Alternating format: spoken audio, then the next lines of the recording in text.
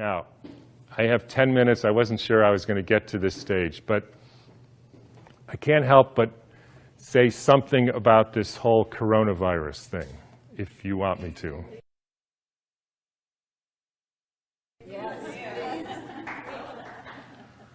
So, again, when you know Steiner, you have the answers to the test, but you have to then figure out the details. In 1918, after the biggest pandemic, the Spanish flu pandemic of 1918, Steiner was asked, what was this all about?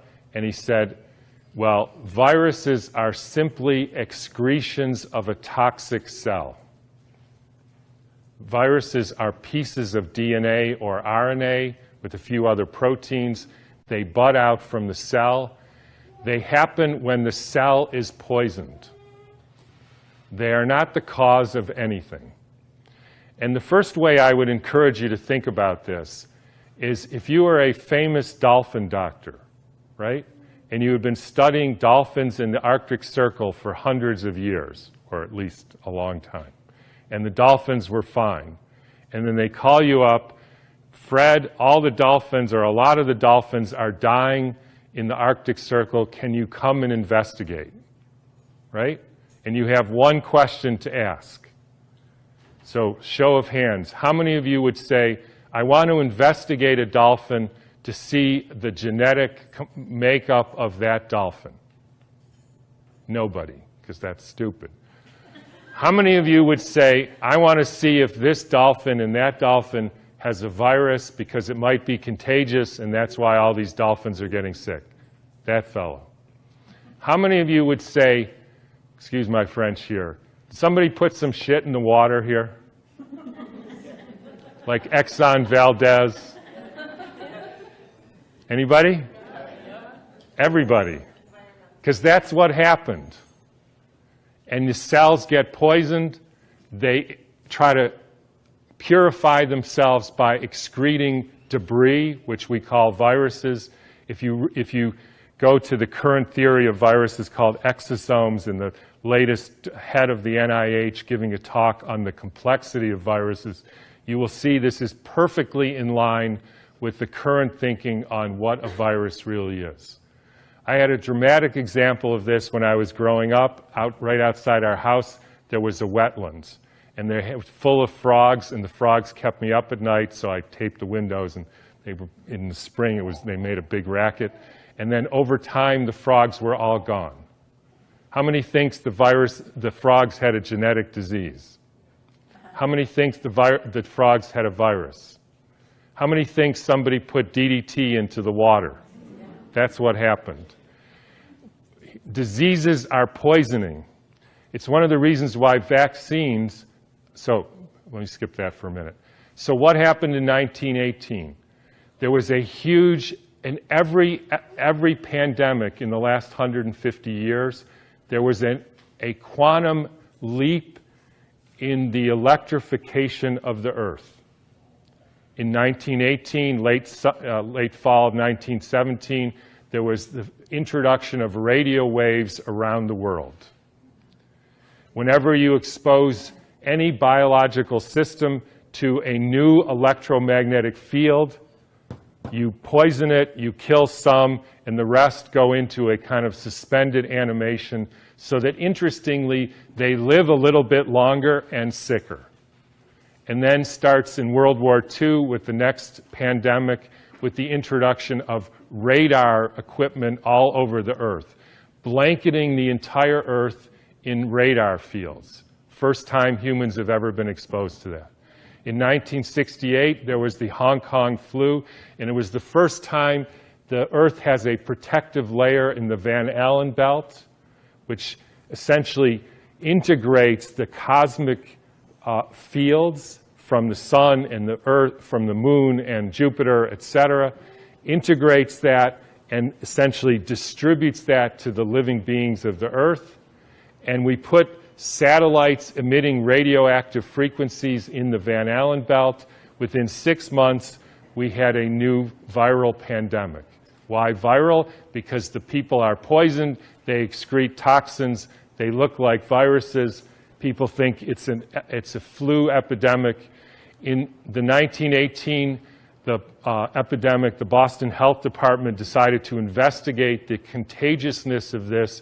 So they, believe it or not, took hundreds of people with the flu and they sucked the snot out of their nose and injected it into the healthy people who didn't have the flu, and not one time could they make the next person sick. They did this over and over again, and they were not able to demonstrate contagion. They even did it with horses who apparently got the Spanish flu, and they put bags over their head, and the horses sneezed in the bag, and they put the bag over the next horse, and not one horse got sick. You can read about this in a book called The Invisible Rainbow by Arthur Furstenberg, who chronicles all the steps in the electrification of the Earth and how within 6 months there was a new flu pandemic all over the world.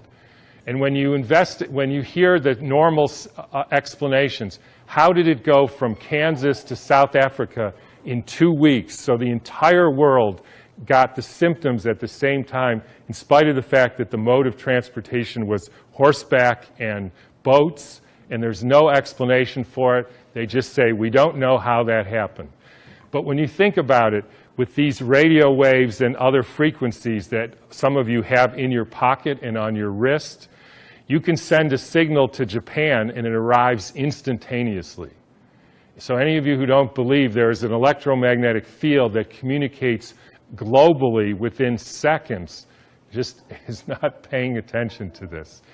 And I will only finish by pointing out that there has been a dramatic and quantum leap in the last 6 months with the electrification of the Earth. And I'm sure a lot of you know what that is. It's called 5G, where they now have 20,000 radiation-emitting satellites, just like the radiation-emitting thing in your pocket and on your wrist and that you use all the time. That is not compatible with health. I'm sorry to say it, it's not compatible with health. That is a water destructuring device. And for any of you who say, yeah, well, we're not electrical beings, we're just physical matter, then don't bother doing an EKG or an EEG or a nerve conduction test, because we are electrical beings and the chemicals are only the byproduct of those electrical impulses. And I'll finish with, anybody want to make one guess as to where the first completely blanketed 5G city in the world was? Exactly. So when you start thinking about this, we are in an existential crisis here, folks, the likes of which humankind has never seen. And I don't want to go all Old Testament prophet on you, but this is something that is unprecedented.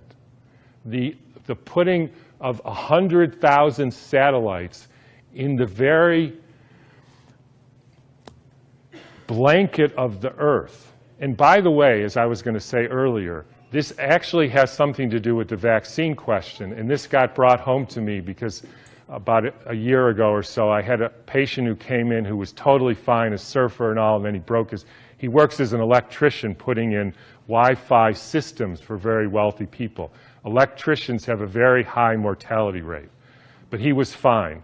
And then he breaks his arm and he gets a metal plate put in his arm. 3 months later, he couldn't get out of bed and was total, heart irregularities, just total collapse.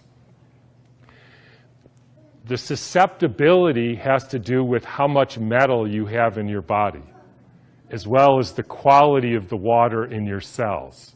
So if you start injecting aluminum in people, they become receptors for absorbing increased electromagnetic fields, and that is a perfect storm for the kind of deterioration of the species, which is what we're now experiencing. And I'm just going to finish with one more thing, which I like too, is a quote from Rudolf Steiner. And by the way, this was around 1917, so it was a different time. In times when there were no electrical currents, when the air was not swarming with electrical influences. We're talking 1917. It was easier to be human. For this reason, in order to be human at all today, it is necessary to expend much stronger spiritual capacities than was necessary a century ago. So I'll just leave you with whatever you can do to increase your spiritual capacities, because it's really damn hard to be a human being these days. So thanks for listening.